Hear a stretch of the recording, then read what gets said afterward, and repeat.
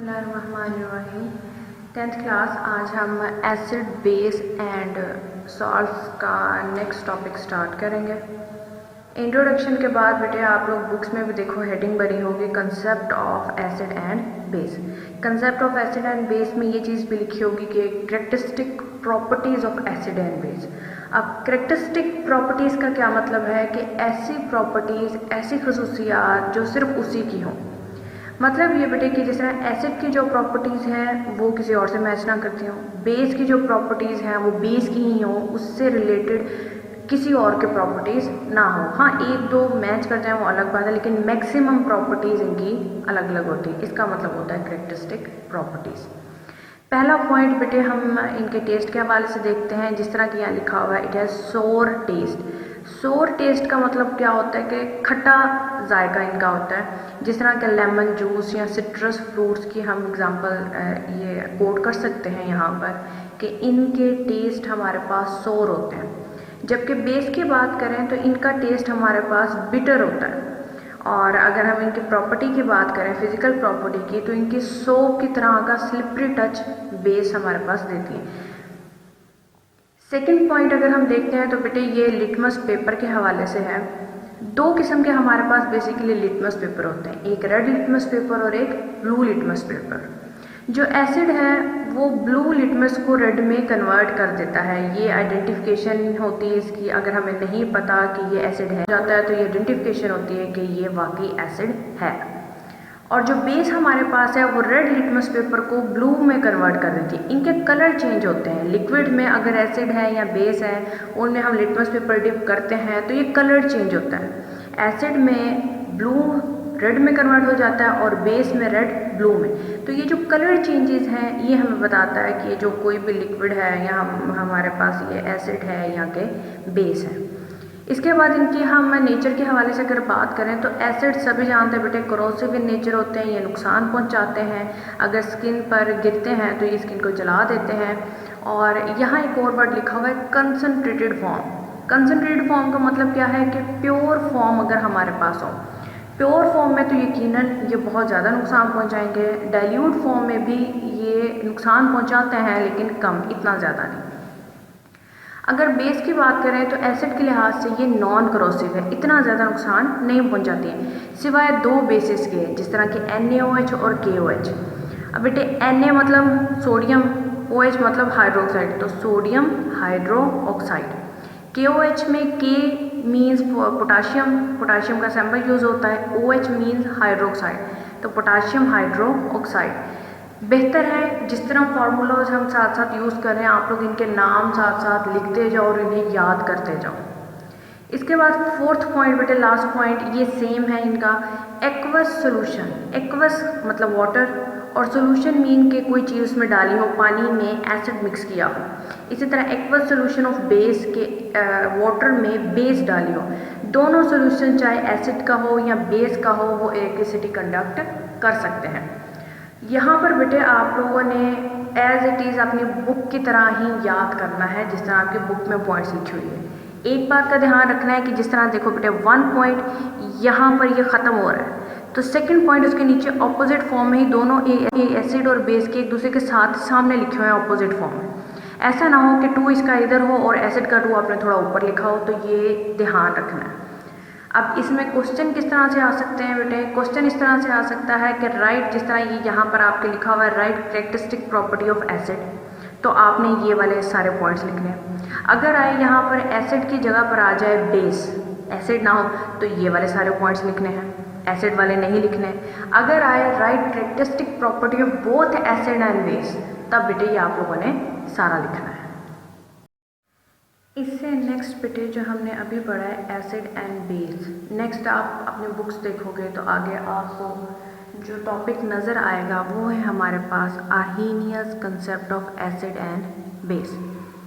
अब यहाँ ये सवाल बेटे पैदा होता है कि हमने एसिड और बेस की एक जनरल कंसेप्ट तो पढ़ लिया, अब फर्दर हमें एसिड और बेस की कंसेप्ट पढ़ने की क्या ज़रूरत है। हम आगे तकरीबन 3 से 4 साइंटिस्ट का वर्क एसिड एंड बेस पर खाली देखेंगे। वजह इसकी ये है बेटे कि एक जो हमने पीछे डेफिनेशन पढ़ी उसके अकॉर्डिंग तमाम के तमाम एसिड और बेस डिफाइन नहीं हो पाते। अब आज के दौर में जो मॉडर्न डेफिनेशंस हैं एसिड और बेस की, आखिर वो किस तरह से आई? स्टेप बाय स्टेप हर एक चीज़ इवॉल्व होती है। इसी तरह बेटे ये आर्हीनियस एक पहला साइंटिस्ट था जिसने एसिड और बेस को डिफाइन की, थोड़ी अपनी थ्योरी पेश की। पहले एक ये इस साइंटिस्ट ने दिया, फिर इसकी कुछ खामियां हैं, इसके कंसेप्ट में कुछ लिमिटेशंस होंगी जिसकी वजह से एक नई हम नेक्स्ट थ्योरी और पढ़ेंगे। तो बेटे हम स्टार्ट से पढ़ रहे हैं कि एसिड एंड बेस की शुरू वाले दौर में जब ये बने, जब ये आइडेंटिफाई हुए, तो किस तरह से इसकी डेफिनेशन आई, क्या क्या प्रॉपर्टीज़ हैं, किस तरह से ये सारी इवॉल्व हुई। तो साइंटिस्ट ने अपने नाम पर ही बेटे इस कंसेप्ट का नाम रखा हुआ है Arrhenius concept of acid and base. Arrhenius scientist का नाम है, उसने एसिड और बेस को डिफाइन किया, इसलिए Arrhenius concept of acid and base. अब इसके साथ देखो बेटे लिखा हुआ है long question plus short question. आपको ये दोनों तरह से ये टॉपिक आ सकता है, ये सारे का सारा आप लोगों ने याद करना है। स्टार्ट हम करते हैं एसिड ने, क्या आर्हीनियस ने एसिड के हवाले से क्या डेफिनेशन पेश की। उसने ये कहा कि acid is a substance, acid हमारे पास एक ऐसा सब्सटेंस है विच डिसोसिएट्स। अब डिसोसिएट्स का क्या मतलब है? ब्रेक डाउन, के सेपरेट हो जाना, या इन शॉर्ट हम आयनाइजेशन भी कह सकते हैं। आयनाइजेशन में भी तो ऐसा ही होता है, आयनाइजेशन में आयंस बन जाते हैं, एक आयनिक कंपाउंड हमारे पास होता है, वो उसमें आयंस होते हैं, आयनाइजेशन के प्रोसेस से अलग अलग हो जाते हैं। तो बेटे एसिड में भी उसी तरह से उसने कहा है कि एसिड हमारे पास ऐसा एक ऐसा सब्सटेंस है जो डिसोसिएट हो जाता है, जिसमें उसके एलिमेंट्स सेपरेट हो जाते हैं इन एक्वस सोल्यूशन। लेकिन किसमें? एक्वस सोल्यूशन में। कि अगर हम एसिड को वाटर में डालें तो वो डिसोसिएट हो जाता है। अब किस तरह से डिसोसिएट होता है? यहाँ क्या लिखा है? To give hydrogen ion. अब हाइड्रोजन आयन का क्या मतलब है? कि हाइड्रोजन और आयन का क्या मतलब है? कि उसके ऊपर कोई ना कोई चार्ज होगा।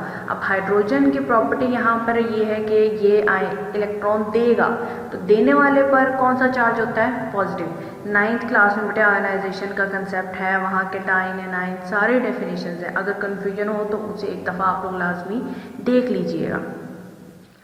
Back to our topic, Arrhenius ने ये कहा कि हमारे पास एसिड ऐसे सब्सटेंस हैं जो डिसोसिएट होते हैं एक्वस सॉल्यूशन में, और डिसोसिएट होने के बाद होता क्या है? वो सॉल्यूशन में हाइड्रोजन आयन देते हैं। उसने डिफाइन किया एसिड्स को।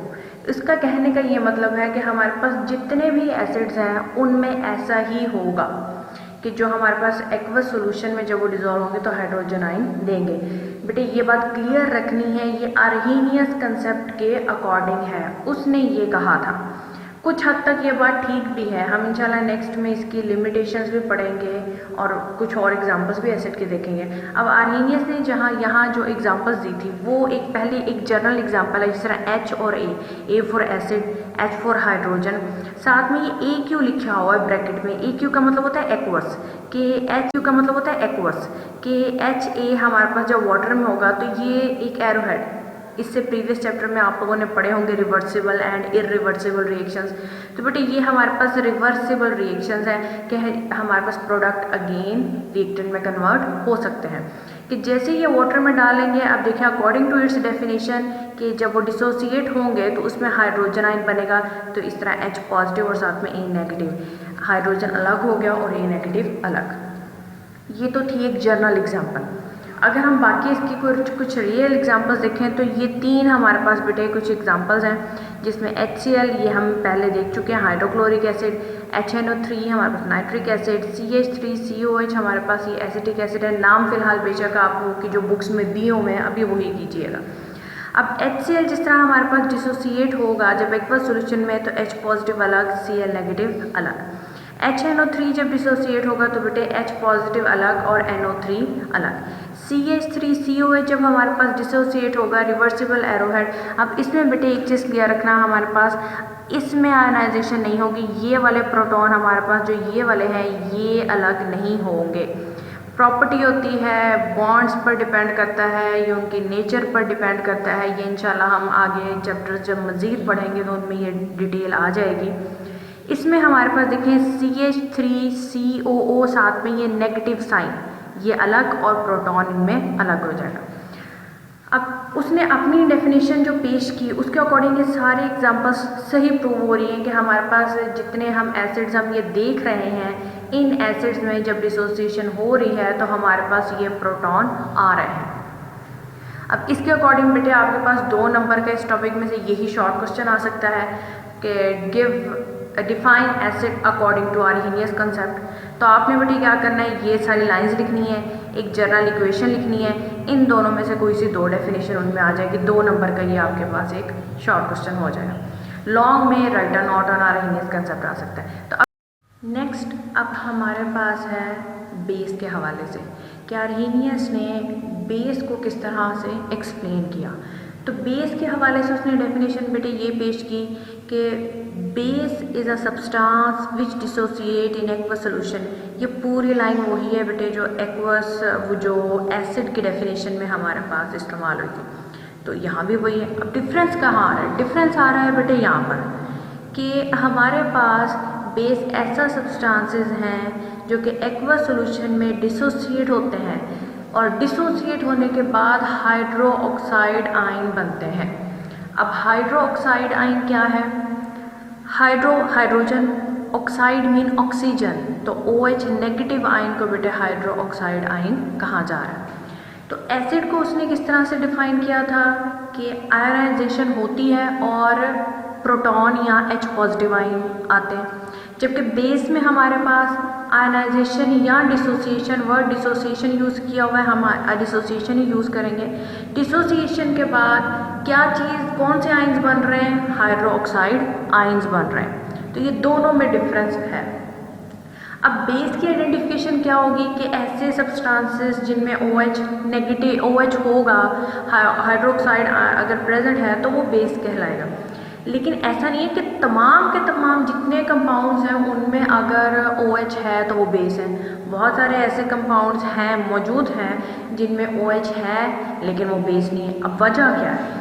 बच्चे उसने यहाँ पर क्लियर लिखा हुआ है डिसोसिएट इन एक्वस सोल्यूशन, कि बेस डिसोसिएट हो एक्वस सोल्यूशन में और OH नेगेटिव आयन बने, जबकि बहुत सारे ऐसे कंपाउंड्स हैं जिनमें हाइड्रोक्साइड होता है लेकिन डिसोसिएट नहीं हो पाता है, तो वो बेस नहीं है। तो डेफिनेशन को क्लियर रखना है, ऐसे सब्सटेंसेस जो एक्वस सॉल्यूशन में डिसोसिएट हो और कौन से आयंस प्रोड्यूस हो? हाइड्रो ऑक्साइड आयंस हमारे पास प्रोड्यूस हो। जनरल इसकी आयनाइजेशन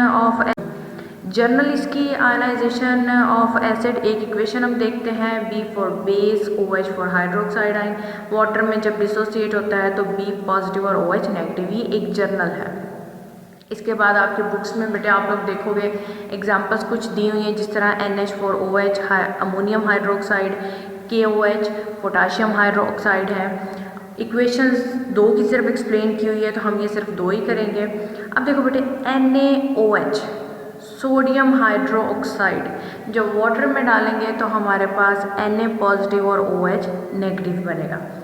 अच्छा, यहाँ पर बेटे एक थोड़ी सी ये बात जहन में बिठा लो कि जितनी भी मेटल्स हैं, सोडियम, पोटाशियम, रुबीडियम या कैल्शियम, जो इन शॉर्ट आप ये जहन में रखो कि जो मेटल्स हैं उन पर पॉजिटिव चार्ज आएगा।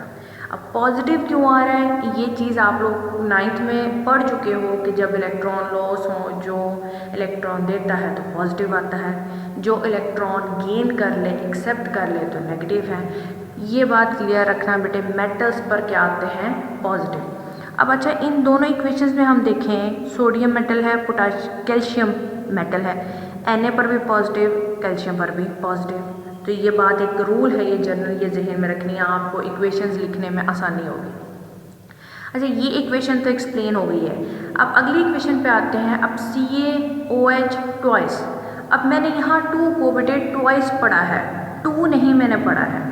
अब इस बात को जहन में रखना बेटे, ट्वाइस इसलिए पढ़ा है कि देखो ये OH के इर्द गिर्द ब्रैकेट है, देन 2 लिखा हुआ है। अगर खाली हाइड्रोजन के साथ 2 होता तो मैं OH2 पढ़ती। CaOH ट्वाइस, OH ट्वाइस का मतलब क्या है कि OH यहाँ हमारे पास 2 दफ़ा है, इसलिए हमने मैंने यहाँ ट्वाइस पढ़ा है। तो फार्मूलाज पढ़ने में और लिखने में ख़ास ध्यान आप लोगों ने रखना है, इनमें मिस्टेक्स नहीं करनी है। अच्छा, अब यहाँ पर ये भी क्वेश्चन आ सकता है कि यहाँ तो OH एक है लेकिन यहाँ OH दो है। Na हमारे पास एक बॉन्ड बना सकता है और जबकि कैल्शियम हमारे पास दो बॉन्ड्स बना सकता है, इसलिए दो OH यहाँ पर लगे हुए हैं। बाकी फर्दर डिटेल इंशाल्लाह हम जैसे जैसे नेक्स्ट कंपाउंड्स के एक्सप्लेनेशन पढ़ेंगे तो ये फर्दर एक्सप्लेन हो जाएंगे। फिलहाल इतना काफ़ी है। तो CaOH2 बेटे जब आयनाइज होगा, अब कैल्शियम के ऊपर Ca2 पॉजिटिव, OH हमारे पास यहाँ पर दो हैं तो इसलिए यहाँ पर OH के पहले क्या आया है 2, कि हमारे पास ये पूरे जो OH है यहाँ पर ये कितने हैं 2 बन रहे हैं और इसके ऊपर क्या आया है नेगेटिव। तो बच्चे फिलहाल आप लोगों ने इतना याद रखना है, Na के ऊपर हमारे पास +1, कैल्शियम के ऊपर कितना है 2+। हमारे पास ये इनकी नेचर और बॉन्डिंग पर एक्सप्लेन करता है। इंशाल्लाह नेक्स्ट हम फर्दर इनकी डिटेल पढ़ेंगे। आज के टॉपिक में बेटे आप लोगों ने अब हमने जो स्टार्ट से क्या पढ़ा था, एसिड और बेस का डिफरेंस, इनकी कैरेक्टरिस्टिक प्रॉपर्टी, वो याद करना है। अब ये हमने पढ़ा था Arrhenius concept of acid and base, ये लॉन्ग भी है और शॉर्ट भी है। ये आप लोगों ने सारा अच्छे तरीके से याद करना है, शॉर्ट के लिए भी तैयार करना है, लॉन्ग के लिए भी तैयार करना है। हेडिंग्स आप लोगों ने बेटे क्या स्टार्ट में जिस तरह आर्हेनियस कंसेप्ट ऑफ एसिड और यहाँ पर आपने सेकंड में क्या हेडिंग देनी है बेस की, और इसी तरह जिस तरह मैंने थोड़ा कलर डिफरेंस किया हुआ है ये हेडिंग आप बना लेना। इनको ये जो एरो हेड्स को हाईलाइट कर देना, थोड़ा प्रेजेंटेशन का ध्यान रखना और अच्छे तरीके से याद करना है आप लोगों ने। बेहतर ये है कि आप लोग इनकी रिटन प्रैक्टिस करके देखो, ये फिर ही आप लोगों को याद होगा। तो इस पूरे टॉपिक को समराइज करते हुए बेटे, एसिड हमारे पास एक ऐसे सब्सटेंस है जो कि हाइड्रोजन आयन डोनेट करते हैं वाटर में, जबकि बेस हमारे पास क्या है वो वाटर में OH नेगेटिव आयन देते हैं। तो एसिड वाटर में क्या देता है प्रोटॉन, बेस OH नेगेटिव। उम्मीद है बेटे आप लोगों को ये कंसेप्ट अच्छे तरीके से समझ आ गया होगा। इसको बार बार सुनें, अपनी बुक से बार बार रीड करें, रिटन प्रैक्टिस करके देखें और साथ के साथ इस टॉपिक को तैयार करें।